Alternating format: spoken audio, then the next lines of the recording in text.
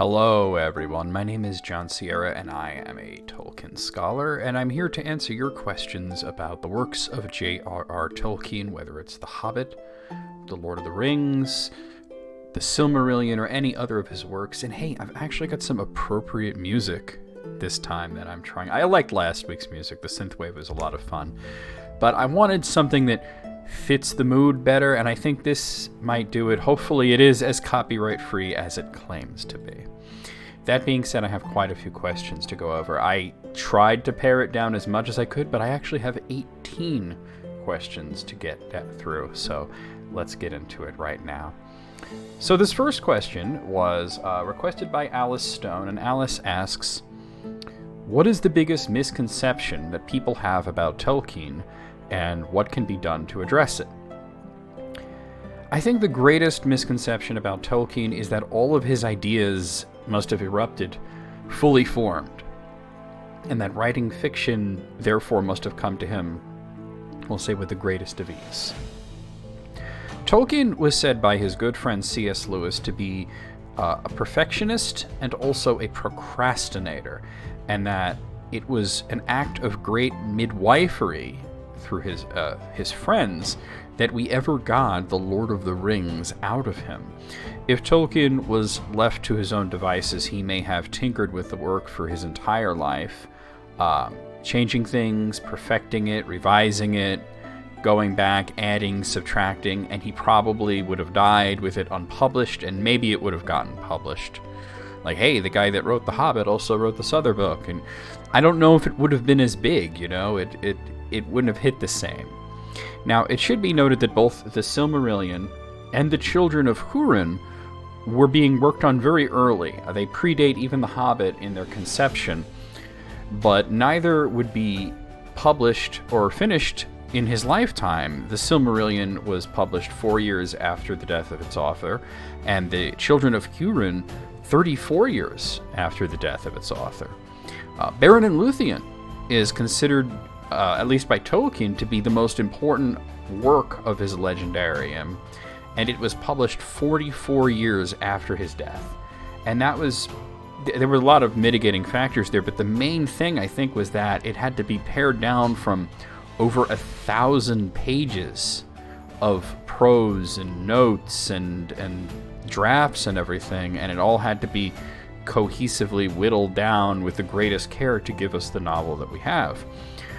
In his heart, Tolkien was a linguist, he was a philologist, and the legendarium was the mythology behind his languages, as he did not want to simply just make up a bunch of funny words, create a language out of nothing. He knew that there had to be a cultural reason for his languages to exist, even if it was a fictional reason. So knowing this, along with the fact that he was a perfectionist and a procrastinator, who is to even know how many more novels can be extracted out of all of his unpublished work? The Fall of Númenor only came out last year. That's 49 years after the death of the author, just 1 year shy of half a century.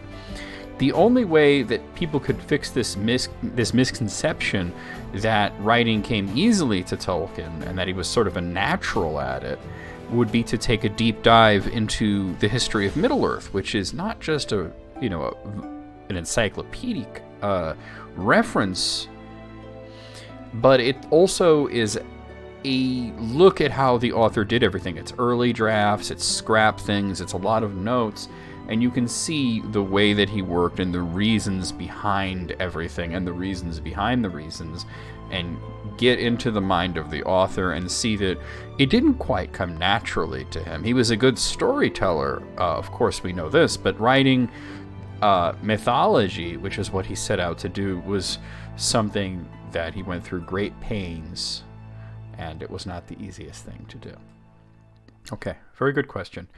Okay, so this next question was submitted by Amir Ali, and it says, Galadriel said, not in Middle-earth, nor until the lands that lie under the wave are lifted up again. Then in the willow meads of Tassarinan we may meet in the spring. Farewell. What is the meaning of the lands that lie under the wave are lifted up again? So this this is a scene between Galadriel, Celeborn, and Treebeard. And, this is at the end of the Third Age, and they know it's the end of the Third Age. They know that the age that they're in is coming to an end. And Treebeard asks a rather weighty question: when will we meet again? And Celeborn has a very simplistic answer. It's basically, I don't know. He refers to Treebeard as the eldest, and he simply states that he doesn't know when they will meet again. But Galadriel said the quote from your question: "The lands that lie under the wave refer to Beleriand." Beleriand was the sort of northwestern region of Middle-earth that is now gone. It was there in the First Age, and there was a great war called the War of Wrath. It lasted 40 years, and it was so destructive that this entire region, Beleriand, it cracked, it sundered, and it fell into the sea. Galadriel even mentions a specific place in Beleriand, Tassarenan, which is also known as Nan Tathran, the land of the willows in the Methorond, or Mid-Beleriand. Now, this shows an important difference between Galadriel and Celeborn. When asked when Treebeard may see them again, Celeborn says he doesn't know, and he may see Treebeard rather soon, because Celeborn is going to stay in Middle-earth for quite a while. He doesn't leave until the very last ship. However, Galadriel knows that she's going to pass into the west and that this is happening rather soon. She's going to leave Middle-earth, and she's never returning.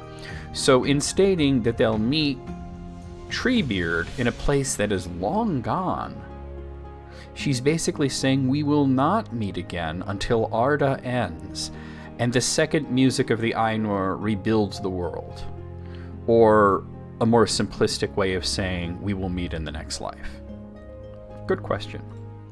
Okay, this next question was submitted anonymously. How did Saruman trap Gandalf the Grey in Orthanc if Gandalf did not fall for the White Wizard's main weapon, which was his voice? Why didn't Gandalf use his power of fire? Gandalf wasn't about to fight Saruman because he would have lost, and he knew that. Saruman was far more powerful than he was. Gandalf walked freely into Isengard, but he was a little concerned because the gate closed behind him. This was unusual. He knew something strange was going on. After Saruman revealed his plans, he fully expected Gandalf to go along with it, and when he didn't, he told him that he was now being detained. Gandalf could have fought, but Saruman was greater in power. It wasn't going to go well, and it would have had the same result or an even worse result. Gandalf simply asked how long he was going to be detained for, and Saruman told him until he changed his mind and told him where the One Ring was. Saruman actually wound up feeling a little bad about this. He had left Gandalf stranded on the pinnacle of Orthanc, and a few days later he went to check on him and speak to him about it, and Gandalf was gone. He had already escaped. There was an eagle that was sent by Radagast the Brown to check on Gandalf and found him, on top of the tower, and was probably like, what are you doing up here, And Gandalf was like, hey, can I get a ride to Rohan? So, and this actually worked out really well because Gandalf escaped from Isengard secretly. It was a few days later when Saruman found out that he was gone. So escaping without Saruman knowing that he was gone, he managed to get to Rohan and get ahead of things. He knew that Saruman was going to attack Rohan, and he was able to warn them and get the ball rolling there. So that actually worked out really well. If he had fought him, it might have wound up being much worse than that. Okay, so this next question was also requested by Amir Ali. And Amir asks, why didn't Saruman break Gandalf's staff while he was in prison? This is very similar to the previous question. There's sort of two things at play here. The first, there is the fact that while Saruman did detain Gandalf, as I mentioned earlier, and he tried to intimidate him into divulging the location of the One Ring, and even hinted at having what he called special methods of extracting this information, And then he even hinted that he might turn Gandalf over to Sauron, but I think a lot of it was just bluster, and it didn't work the way that Saruman intended it to.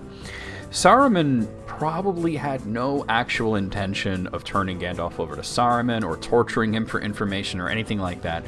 As I said, he expected Gandalf to go along with the plan. He was trying to seduce him.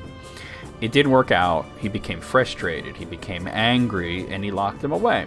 He still thought that Gandalf's going to come around. Maybe spending a few cold days and nights on the top of Orthanc might make him wiser, so to speak, and at least from the perspective of Saruman the White. But he goes to speak to Gandalf a few days later, and as I mentioned, he's gone, right? So what we should realize about Saruman is that he's used to getting his way. When the White Council was founded by Galadriel, she nominated Gandalf to be the head of the Order, as she perceived him to be the wisest among them. Saruman, however, outranks Gandalf in the Order of the Astari, and he insisted that because he was the head of the Astari, he had to be the head of the White Council, so Galadriel just goes along with that. Now, these meetings that they had, and Gandalf had acquiesced to this, I should mention. He didn't put up a fight, so to speak. He said, you want to be in charge? Go ahead. He came to the meetings, but he didn't really participate. He sat aside from the others. He mostly just smoked his pipe. He didn't speak much. And this was just fine with Saruman. Until he brought forth a motion to deal with the Necromancer of Mirkwood, and this actually aggravated Saruman. He didn't like that Gandalf was speaking up and sort of, speaking out of turn from his perspective. Now, how does this apply to Gandalf's imprisonment? Well, we can see that Saruman is a rather petulant wizard. He's annoyed with Gandalf. He's not only not going along with his plan to usurp and replace Sauron, but he saw right through all his bluster and all of his lies. As you said, the power of the voice didn't work, or that was the previous question. And he pointed out that they can't share the One Ring. Only one can wear it at a time. Only one can hold it at a time, and only one would want to have it. It would never work out that way. You can't share that kind of power. So, breaking his staff would be an extremely bold move. He still thinks he can convince Gandalf to go along with him, but if he breaks his staff, that's a very bold move. Now, surely Gandalf can get another staff, but it's a symbolic gesture, breaking a wizard's staff. So, which brings me to the second thing that comes into play here. Are we sure that Saruman the White has the authority to break Gandalf's staff?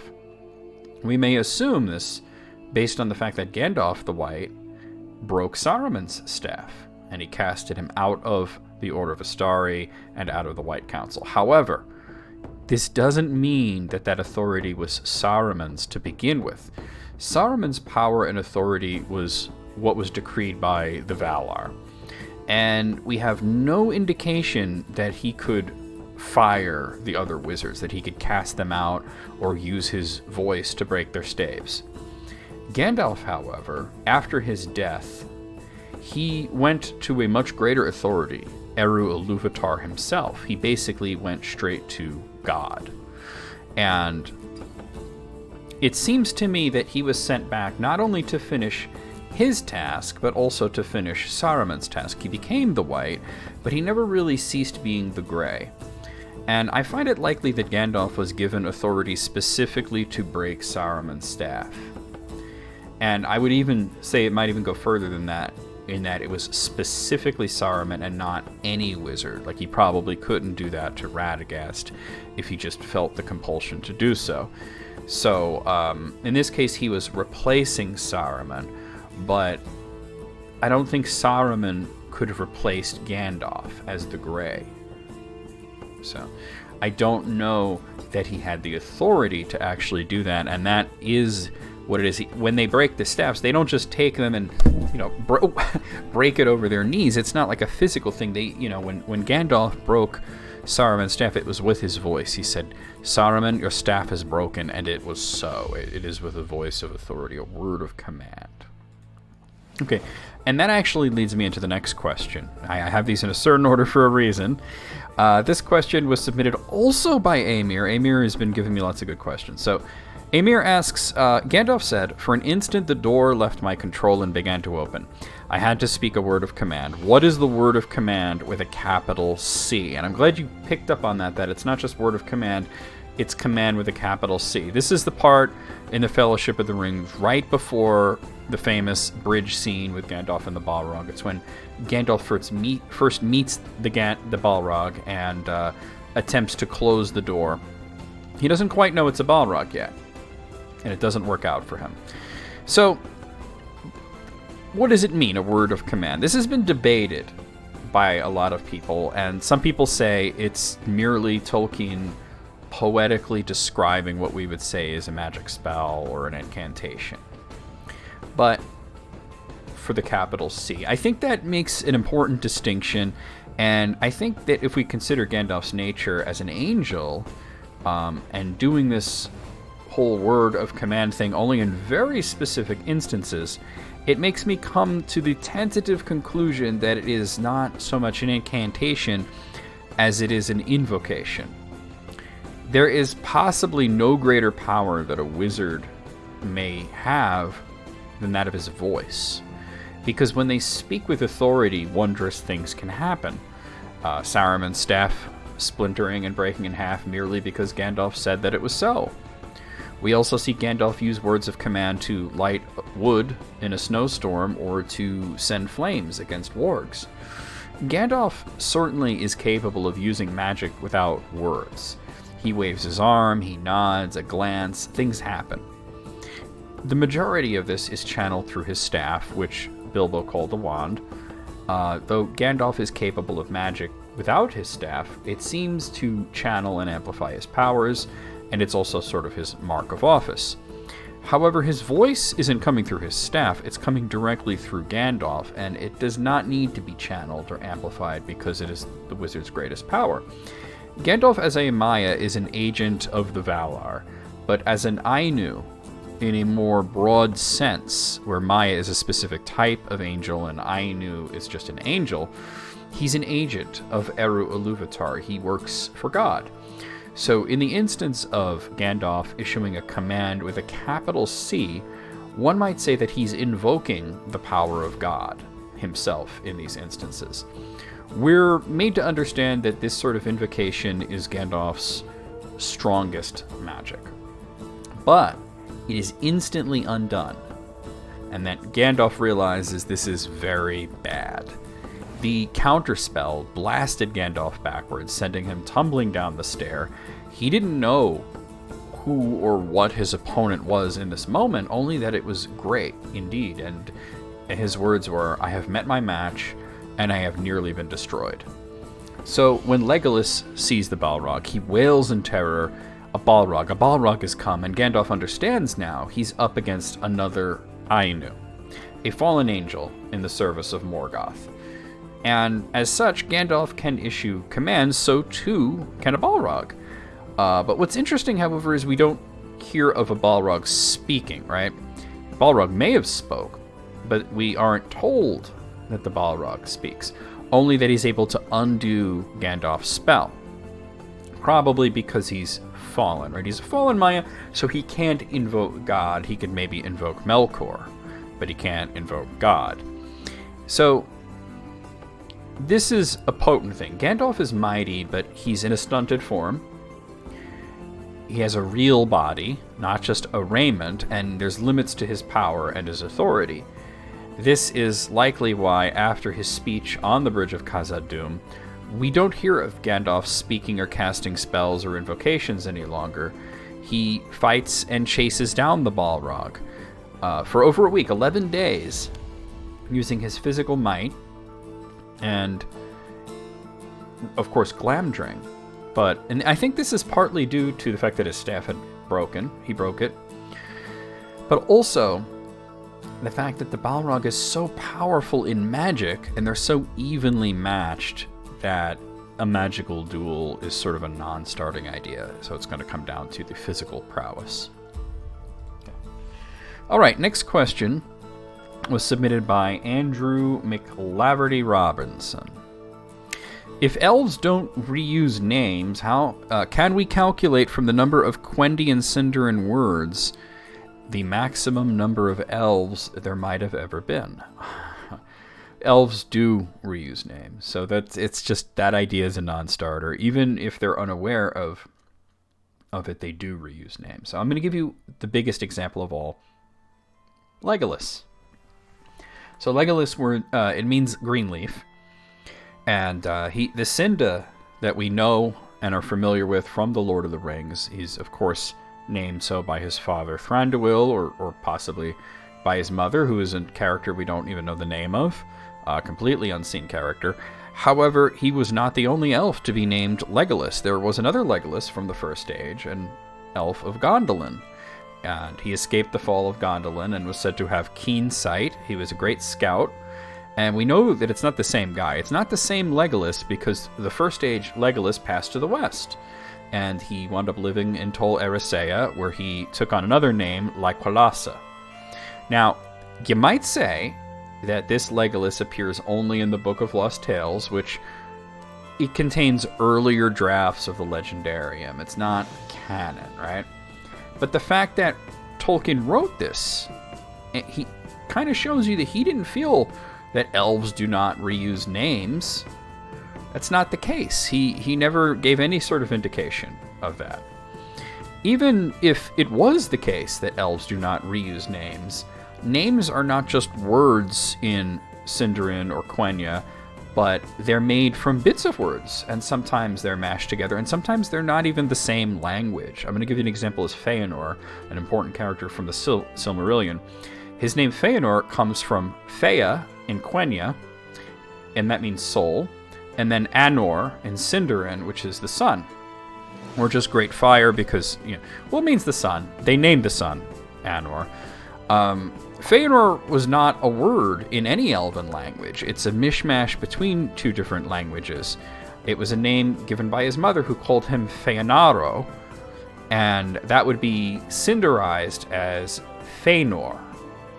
However, he kept that Quenya Thea in it, so it's not Feanor, it's Feanor. Okay, next question, and oh boy. Okay, so this one's also from Amir Ali, and I think he was on my Twitter, because I posted something about this on Twitter, and then this question came through a little while later, and I like this question. I was wanting to talk about it, since I did say something about it on Twitter. Why does Legolas not sink in snow? So, I never gave it much thought, right? Legolas is pretty much a cipher. We know nothing about him other than what is written in The Lord of the Rings and its appendices. There's not a lot of deeper lore about him. We don't know his mother's name, as I said earlier. We don't know if he was ever married. We don't know if he ever had children. We don't know if he had any siblings. We don't even know when he was born, how old he is. We have no idea of any of that. So, the other day, I had spent a bit of time on Twitch listening to a Tolkien scholar by the name of Corey Olsen, and he was speaking about this very topic. And let's read out the excerpt that this refers to from The Lord of the Rings. I have to make it a little bigger. Hold on. Here we go. Aragorn was the tallest of the company, but Boromir, little less in height, was broader and heavier in build. He led the way, and Aragorn followed him. Slowly they moved off, and were soon toiling heavily. In places the snow was breast high, and often Boromir seemed to be swimming or burrowing with his great arms rather than walking. Legolas watched them from a while with a smile upon his lips, and then he turned to the others. The strongest must seek a way, say you, but I say let a ploughman plough, but choose an otter for swimming, and for running light over grass and leaf, or over snow, an elf. With this he sprang forth nimbly, and then Frodo noticed, as if for the first time, though he had long known it, that the elf had no boots, and wore only light shoes, as he always did, and his feet made little imprint in the snow. Okay, so Olsen pointed out that this is just weird, even by elvish standards, as it's something bizarre that Legolas does. It's a physical feat, not a spiritual one. How does he do it? And are we meant to understand that any elf can do this? Now, Olsen came to the conclusion that Legolas in the Fellowship is sort of and this sounds weird, but he explained it, sort of the first time that Tolkien is writing an elf as a character. He had written The Hobbit and parts of the Silmarillion and the Children of Húrin, but with The Hobbit, the only named elf was Elrond, and we didn't get much about the nature of elves or Elrond as a character in that book. Olsen also pointed out that The Hobbit is a fairy tale. The Silmarillion is mythology, and the Children of Húrin is also different. It doesn't really have much to do with elves. So, that being said, Tolkien is trying out a new genre and writes Legolas as being very strange. He speaks to rocks, he walks upon snow, he sleeps pacing back and forth. He's almost alien in comparison to the rest of the group, even Gandalf. If we're to understand that this is just, from his elvish nature, it is strange, as how does Legolas essentially just break the laws of nature by not sinking in snow? Does he make himself lighter? Does he make the snow more compact? These are questions that Olsen wrestled with for quite some time before just stating that it might be a bit of a misstep on Tolkien's part. He might have oversold how strange Legolas is, and it was the sort of thing that perhaps he would have made fun of C.S. Lewis for including in a book. An odd bit that he put in either because he thought it was cool or maybe because his children thought it was cool. So, here's the thing though, what do I think? Well, I think it's certainly possible that with training, an elfin Fea, that's their soul, might be able to temporarily make the Hroa, or body, lighter. Even impossibly so. I also think it's possible that Tolkien, who was both, as I mentioned earlier, a procrastinator and a perfectionist, if not for the urging of his friends, may not have published The Lord of the Rings as is, and may have tinkered with it for the rest of his life, much as he did with the Silmarillion, the Children of Húrin, Beren and Luthien. But most importantly, I think the story in this instance is told from the perspective of Frodo. We have to remember that. And it's also from his angle of sight. He may not have seen great imprints in the snow because he was not able to. Legolas may be lithe and light-footed enough to run swiftly across snow, and it may have been windy enough that the light, newly fallen snow powder was getting blown around, and maybe Frodo just couldn't or didn't see the imprints. Frodo may have also written from memory as a comparative hyperbole that Legolas went over the snow while Aragorn and Boromir went through the snow. Lastly, I should mention that though Olsen stated that the snowfall had stopped, there may have been snow coming off the mountain and from trees and such, right?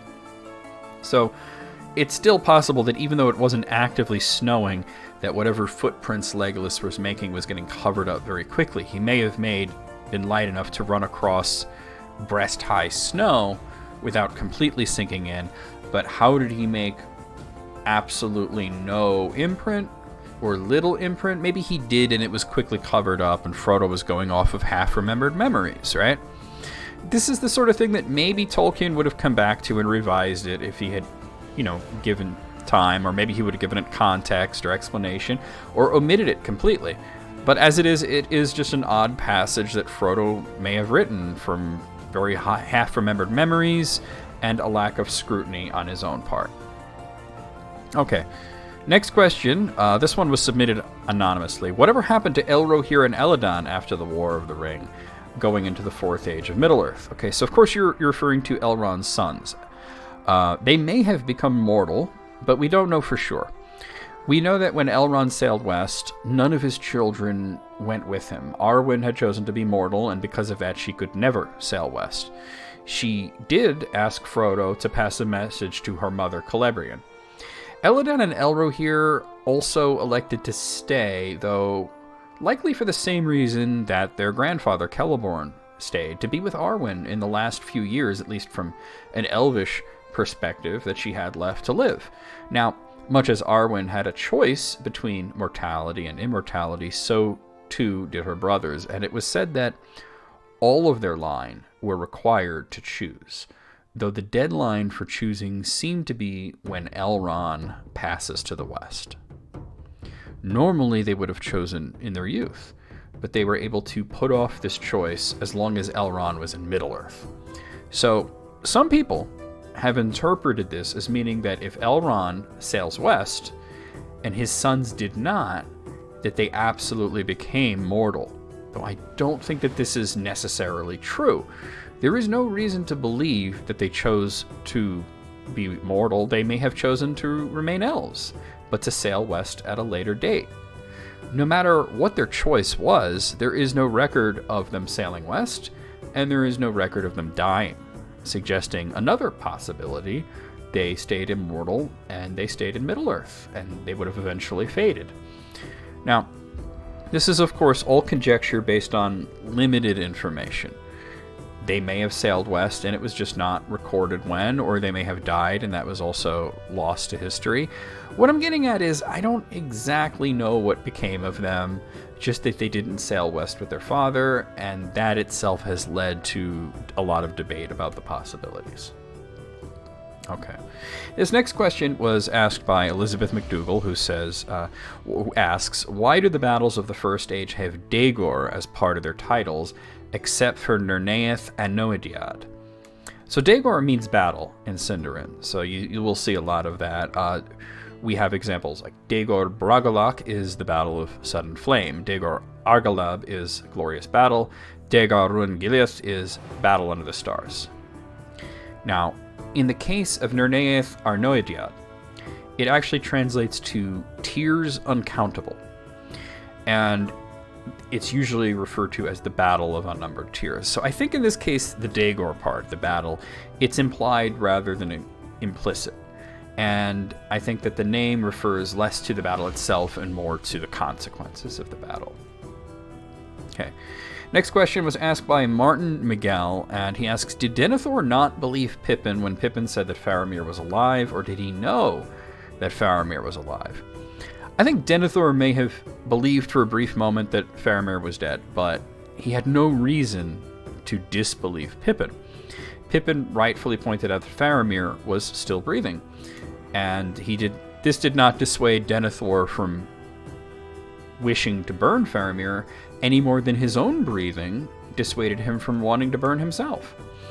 For one, while Denethor was aware at this point that Faramir was alive, he still thought he was dying, that he was beyond hope, that he couldn't be saved.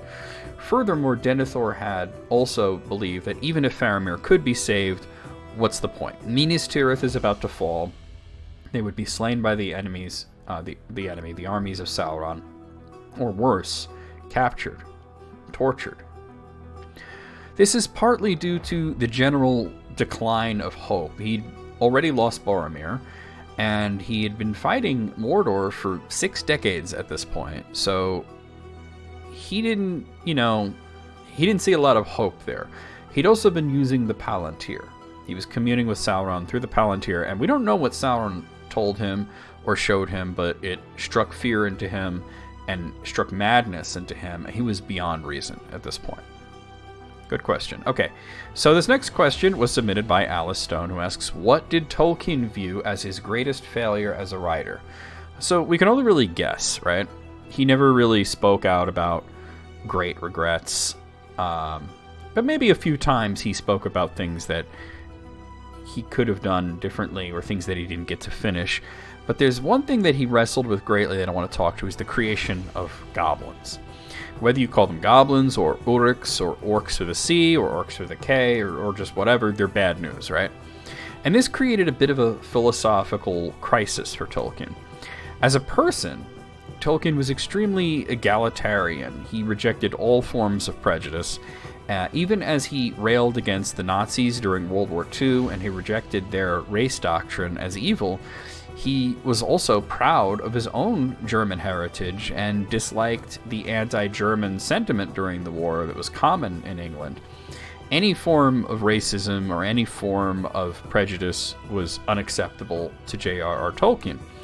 That being said, Tolkien realized the perceived hypocrisy of creating a race that is pure evil. And his initial idea, the one that wound up in print, was that they were the descendants of elves that were tortured by Morgoth until they were as evil and twisted as he was. It didn't hold up to his own scrutiny, to his own standards. Tolkien could go along with the idea that Morgoth tortured elves until they were twisted and evil, but the thought that all of their descendants for many generations would be born evil bothered him. This is reflected in Elrond's speech in this following passage. "Alas, no," said Elrond. "We cannot use the ruling ring. That we now know too well. It belongs to Sauron and was made by him alone, and is altogether evil. Its strength, Boromir, is too great for anyone to wield at will, save only for those who already have a great power of their own. But for them it holds an even deadlier peril. The very desire of it corrupts the heart. Consider Saruman. If any of the wise should with this ring overthrow the Lord of Mordor, using his own arts, he would then set himself on Sauron's throne, and yet another Dark Lord would appear. And that is another reason why this ring should be destroyed. As long as it is in the world, it will be a danger even to the wise, for nothing is evil in the beginning. Even Sauron was not so. I fear to take this ring to hide it. I will not take this ring to wield it." So, one could argue that the Uruks were originally elves, and were not evil at the start. But why should an entire race be evil? Tolkien came up with a few alternate ideas for the origins of the goblins, including that they were mindless beasts, nothing more than animals that were made intelligent through Morgul means. But it never wound up in any of his stories.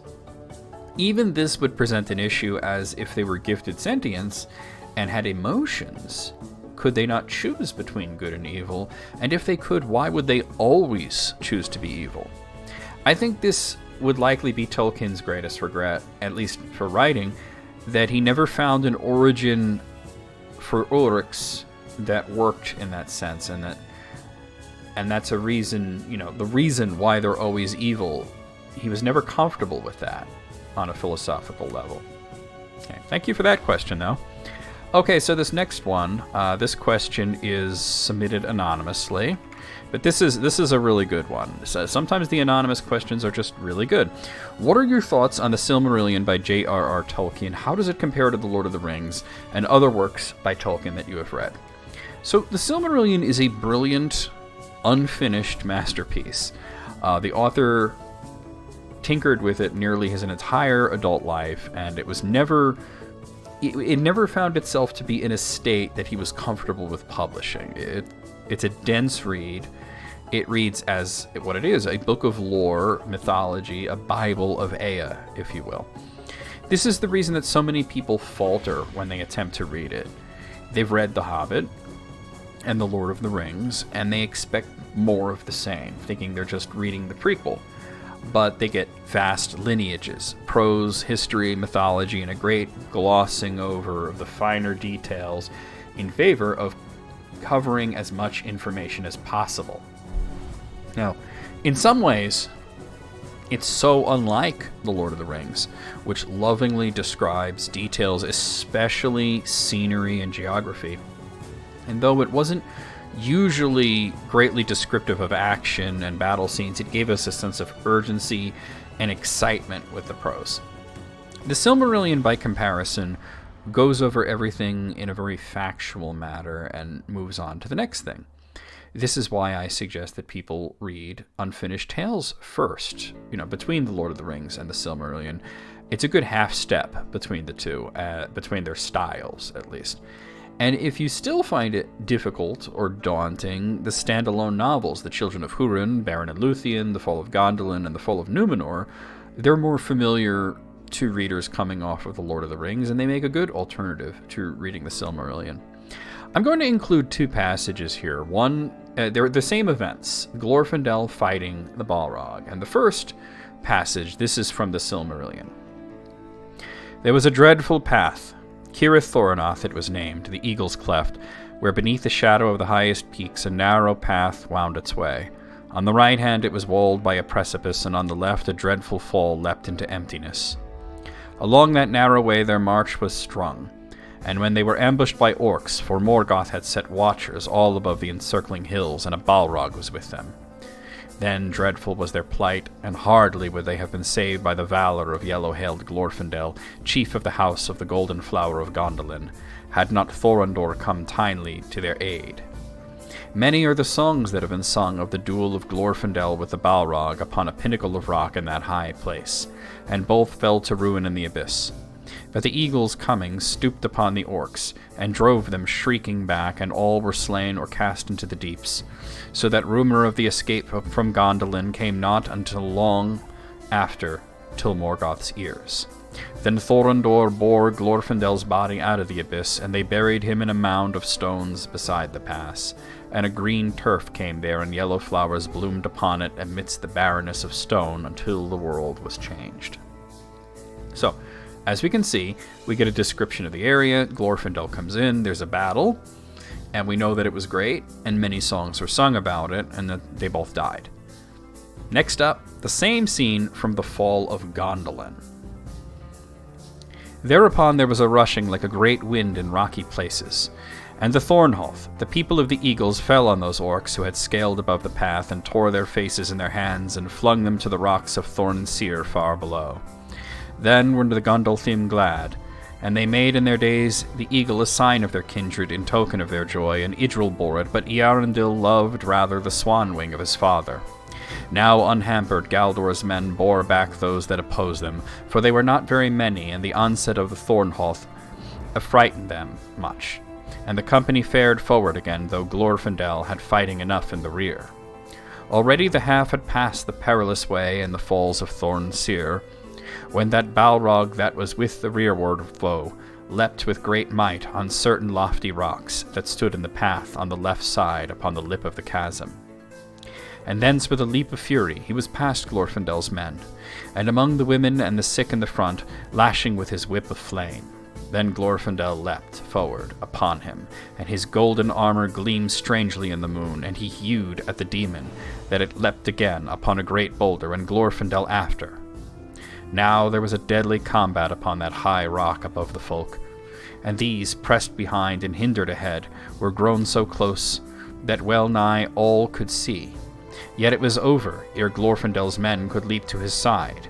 The ardour of Glorfindel drave that Balrog from point to point, and his mail fended him from his whip and claw.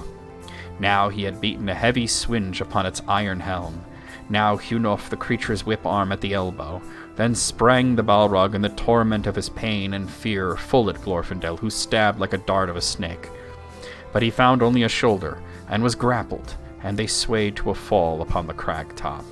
Then Glorfindel's left hand sought a dirk, and thus he thrust up that it pierced the Balrog's belly, nigh his own face, for that demon was double his stature. And it shrieked and fell backwards from the rock, and falling it clutched Glorfindel's yellow locks beneath his cap, and those twain fell into the abyss. Now was this a very grievous thing, for Glorfindel was most dearly beloved, and lo, the dint of their fall echoed about the hills, and the abyss of Thornseer rang. Then at the death cry of the Balrog, the orcs before and behind wavered, and were slain or fled far away, and Thorondor himself, a mighty bird, descended to the abyss and brought up the body of Glorfindel. But the Balrog lay, and the water of Thornseer ran black for many days, far below in Thimladen. So, the same exact events, but described in way more detail, more akin to what would be in The Lord of the Rings. It focuses on the details of the events, and more importantly, the emotions about it, rather than just a historical chronicle. In a perfect world, Tolkien would have lived long enough to finish it in a way that he was satisfied with. But that also would have gone against his nature. Given unlimited time, he would have tinkered with the book forever. So, I like the Silmarillion. It's one of my favorites, but if you find yourself with great difficulty and you can't get through it, there are those other books. Start with The Children of Húrin, and then Beren and Luthien, The Fall of Gondolin, and The Fall of Numenor. And you'll get mostly the same information, but more like a novel than like a Bible. Okay. All right, next question is from Avery Goodman. And Avery asks, would Sauron have been able to regenerate if he'd never made the ring before being nuked along with Numenor or slain in battle with Elendil and Gil-galad? He would be able to regenerate, and without the One Ring, he would have been able to return faster after getting beaten by Elendil and Gil-galad. At Numenor, it's possible that without the One Ring, he may not have been able to convince Pharazôn to sail against Valinor, and therefore Noah Calibeth. But in the event that he did, the ring didn't help him or hurt him in this case when Númenor was nuked, as you put it. However, the ring wound up being a detriment to him after being beaten by the last alliance. If Sauron had never made the One Ring, there's nothing for Isildur to cut from his finger. None of the power that he had would be separated from him. He would have regenerated after some time, though still weaker than before. Okay, next question, and this is an anonymous one, and this person asks, what is the history of Mordor? Was there ever any human cities or settlements on Mordor before Sauron took it over? Mordor was at one point just part of the Southlands, along with what would become Gondor and Rohan. It seems the human settlers there were the Druidine, also known as Woses, who migrated to the west after Mordor became blighted. The culprit of the blighted land, of course, was Orodruin, which we call Mount Doom, which was created by Melkor in the First Age. This left the entire northern section of Mordor a wasteland, though the area to the south flourished because the volcanic ash enriched the soil, and that's where Sauron grew his crops. He fed his armies with that. So the land became a natural place for dark creatures to scuttle off to. Sauron would come there time and time again. Shelob's been there since the First Age. There were no native settlers apart from the Druidine who left. Only the dark creatures, the goblins, Sauron, and whatever captured slaves worked the fields to feed Sauron's armies. Okay, another anonymous questioner asks, if Gandalf the Grey confirmed on his first visit to Dol Guldur that indeed the Necromancer was Sauron himself, why didn't the White Council begin building an army already then? The Council knew about the Necromancer, but they believed that he was a human sorcerer, or perhaps one of the Nazgul, which is still a human sorcerer. Gandalf, his first visit there, he didn't actually find out that Sauron was the Necromancer. Sauron fled, and he was not positively identified. Gandalf did believe that it was Sauron, or that there was a strong possibility that the Necromancer was Sauron. It was a concern for him, but when he brought it up to the White Council, Saruman overruled him, stating he had no proof. So it was actually his second visit when he met Thrain. Thrain was a captive there, and he gave Gandalf Thror's map and the key to Erebor's secret entrance, and he positively identified that the Necromancer was Sauron, stating that his Ring of Power, one of the 7 rings that were given to dwarves, had been taken back by Sauron. Only with this proof was the White Council aware, and they drove Sauron out of Dol Guldur when he went back to Mordor. Okay. Alright, here's another anonymous question, and this person asks, if you had the opportunity to recast one character from Peter Jackson's Lord of the Rings films, who would you replace them with, and why? So I know that everybody likes Hugo Weaving, right? But I have to say it, yeah, Elrond. Absolutely. Everybody likes Hugo Weaving, everybody likes his performance. I think he's a fine actor. I also know that most people have issues with how some other characters were portrayed in the films, such as Faramir or Denethor or Gimli. But the actors involved were playing the roles as written. The fault is not with the acting, it's with the script and the direction. With Elrond, I think Hugo's a fine actor, and he did a good job with what he had, but I think he was wrong for the role. Elrond, as described by Tolkien, is kind and warm as a summer's rain. And Hugo's intensity, which seems to be something he can't ever turn off, I think it was a detriment to the character. Hugo Weaving's constant intensity, it works perfectly well for other roles, but for Elrond, I would have liked to see the calmer, more introspective and warm tones that we were missing, instead of him constantly stalking around and glaring all the time and forcefully enunciating every syllable. Even the bizarre assertions that he made that kind of ran counter to what Elrond was all about, such as saying men are weak, he could have said it as more of a sad lament than a derisive judgment. Now, as for an alternate casting, I mean, I don't know, I felt kind of like maybe Keanu Reeves would have done this, right? Because he was really wanting to be in the Lord of the Rings. He wanted to play Aragorn, and don't quite think he could have done that at the time. Now, probably, but at the time, he was, still not yet what we would call a great actor, right? But I think Elrond, if it was something more akin to the books, it would only have been, in the very beginning and the very end. And I think, with his youthful looks and his soft voice, he could have maybe given us a better Elrond, or maybe not a better Elrond, but something more close to the books. So, Okay, so here's another one from Alice Stone. And I love this one, because I give this one a lot of thought, and I came up with something, and I think you guys will appreciate this. So Alice asks, in The Return of the King, was there a deeper meaning behind the battering ram being named Grond? This is a really fun question for me. So I was just thinking about this not too long ago. So Grond was the battering ram that shattered the gate of Minas Tirith. And it's barely a mention, right? The origin, they mention it was named after the Hammer of the Underworld. But I believe there is a linguistic application that it may or may not have been intended by the author, but I think it's worth talking about. Grond was a battering ram that was said to be inscribed with spells of ruin by Sauron, and it was what shattered the gates of Minas Tirith. And it was mentioned only that its name came from the Hammer of the Underworld of old. So if we look into that, we go back to the first age. When Melkor fled to Middle-earth, his second time abiding there, he kept himself in the fortress of Angband. He only really came out twice. The second time was, he was extracted forcefully after the War of Wrath. But the first time was when Fingolfin came to Angband to challenge him. So Melkor, or Morgoth, did not heed the calls of Feanor to come out to battle him. He sent out the Balrogs instead. But when Fingolfin came through, he thought he might as well fight this guy, because he feared that his armies and his commanders were starting to look at him as sort of a coward who avoids battle, and he figured he better fight this elf. So Morgoth probably had a whole bunch of weapons that he could have chosen from, right? But the one that he chose was the Hammer of the Underworld, which he called Grond. So Grond is a Sindarin word that means weighty, and you kind of see how that works. Hammers are heavy. A hammer that he would use, he's tall as a tower after all, it must be very heavy, especially a warhammer, and during the battle it rent great fiery chasms in the earth every time it struck.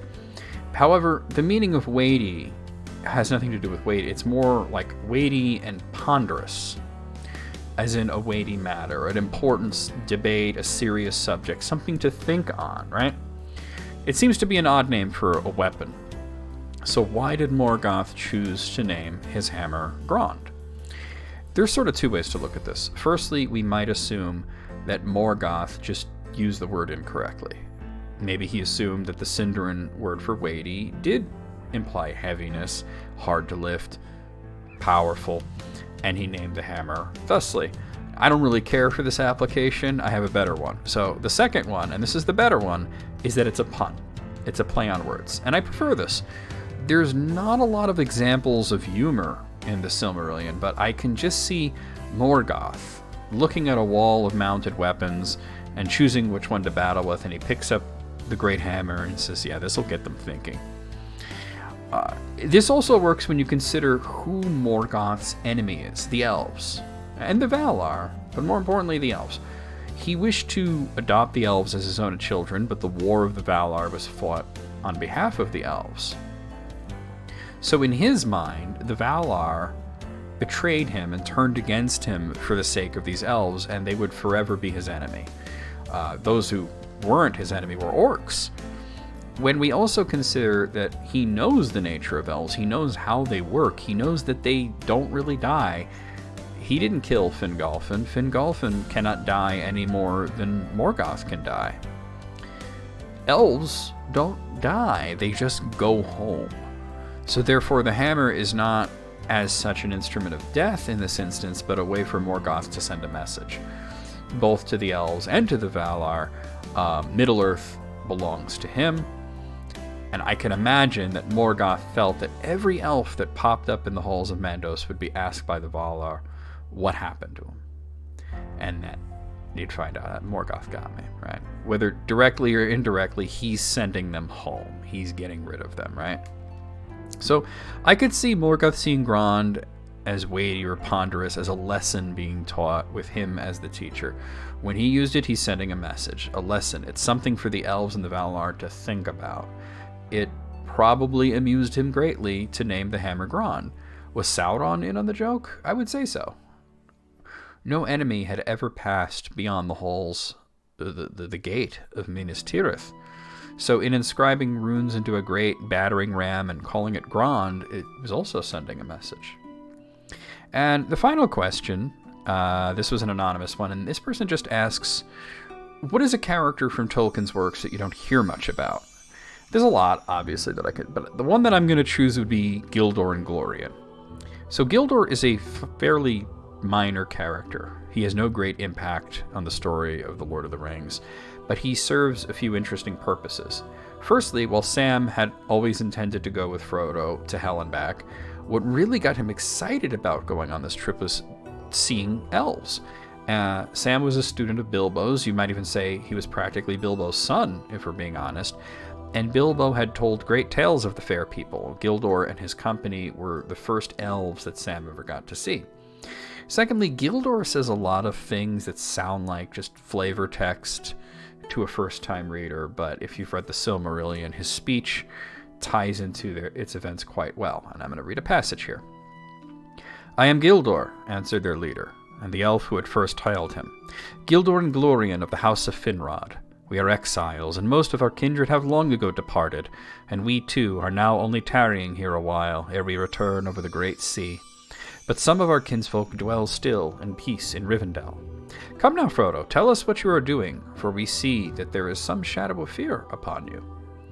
So we know that Gildor is some relation to Finrod, which is one of Galadriel's brothers, and he had sacrificed himself to save Beren, who is an ancestor of both Elrond and Aragorn. We also get our first hint that the elves are exiles. Well, it's not really a hint. We're just told outright that they're exiles and that they're returning, setting up the idea that the elves are departing from Middle-earth. Gildor shelters Frodo, Sam, and Pippin for a night, giving them some food and some drink, and more importantly, some advice, which keeps them alive on their flight from the Black Riders. He's left out of pretty much every adaptation except for the hideously botched Super Nintendo game, where he gives like a little fetch quest. He's not spoken of greatly, but he gives one of the first peeps into the wider world beyond the Lord of the Rings, and the weight of his words strikes much more after reading the Silmarillion. The same goes for Treebeard. He speaks about a lot of things that harken back to the Silmarillion, but Treebeard's a more popular and well-known character. Anyway, guys, that was a lot of fun, and I will see you guys next week. Send me some questions. Of course, look in the description. There's a link to my Quora. Just write your question and tag me in it, and I'll, if it's a really good one, I'll use it in a video. See you guys next time.